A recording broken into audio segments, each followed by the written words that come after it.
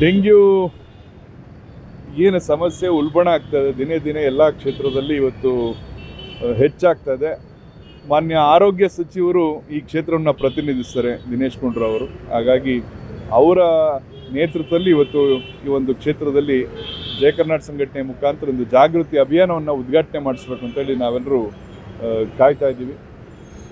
Dengue ಬಗ್ಗೆ ತಮ್ಮೆಲ್ಲರಿಗೂ ಗೊತ್ತಿದೆ, ಮಾಧ್ಯಮಗಳಲ್ಲಿ ಅಥವಾ ಪತ್ರಿಕೆಗಳಲ್ಲಿ ನಿರಂತರವಾಗಿ ಸಂಖ್ಯೆ ಎಷ್ಟು ಇಮ್ಮಡಿ ಆಗ್ತದೆ ಅಂತ ಹೇಳಿ ಪ್ರತಿದಿನ ನೋಡ್ತಾ ಇದ್ದೀವಿ.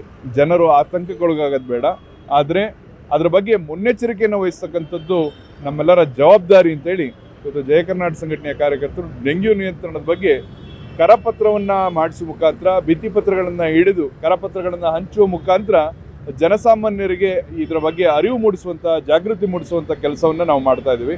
ಹಾಗಾಗಿ ಜಯ ಕರ್ನಾಟಕ ಸಂಘಟನೆ ಬರೀ ಇದೆಲ್ಲೋ ಒಂದು ದಿನಕ್ಕೆ ಈ ಒಂದು ಕ್ಷೇತ್ರಕ್ಕೆ ಸೀಮಿತವಾಗಿದೆ.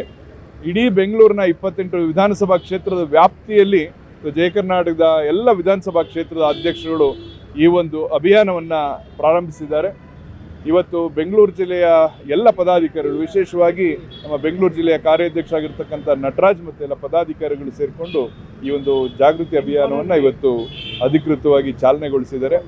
ಎಲ್ಲರೂ ಇವತ್ತು ಡೆಂಗ್ಯೂ ಬಗ್ಗೆ ತಿಳಿದುಕೊಳ್ಳಿ, ನಿಮ್ಮ ಮನೆಯ ಮಕ್ಕಳಿಗೆ ಇದ್ರ ಬಗ್ಗೆ ತಿಳುವಳಿಕೆ ಕೊಡಿ, ವಯಸ್ಸಾದವ್ರನ್ನ ನೋಡ್ಕೊಳ್ಳುವಂಥದ್ದು ಅಥವಾ ಸ್ವಚ್ಛತೆಯನ್ನು ಕಾಪಾಡ್ತಕ್ಕಂಥದ್ದು, ಇದರ ನಿಯಂತ್ರಣಕ್ಕೆ ಯಾವ ಕ್ರಮಗಳನ್ನು ಅನುಸರಿಸಬೇಕು ಅನ್ನೋದ್ರ ಬಗ್ಗೆ ಗಮನವಹಿಸಿ ನಾಗರಿಕರೇ ಅಂತೇಳಿ ಈ ಒಂದು ಅಭಿಯಾನವನ್ನು ಮಾಡ್ತಾ ಇದ್ದೀವಿ.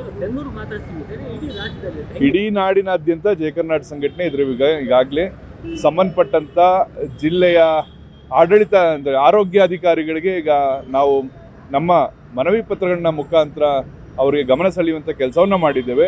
ಪ್ರತಿಯೊಂದು ತಾಲೂಕಿನಲ್ಲಿ ಇವತ್ತು ಜಯ ಕರ್ನಾಟಕ ಸಂಘಟನೆಯ ಕಾರ್ಯಕರ್ತರು ಈ ರೀತಿಯ ಜಾಗೃತಿ ಅಭಿಯಾನವನ್ನು ಮಾಡಬೇಕು ಅಂತೇಳಿ ಕರೆಯನ್ನು ಕೊಟ್ಟಿದ್ದೇವೆ. ಹಲವಾರು ಕಡೆ ಈಗಾಗಲೇ ಕಾರ್ಯಪ್ರವೃತ್ತರಾಗಿ ಈ ಜಾಗೃತಿ ಅಭಿಯಾನವನ್ನು ಮಾಡ್ತಾ ಇದ್ದೇವೆ.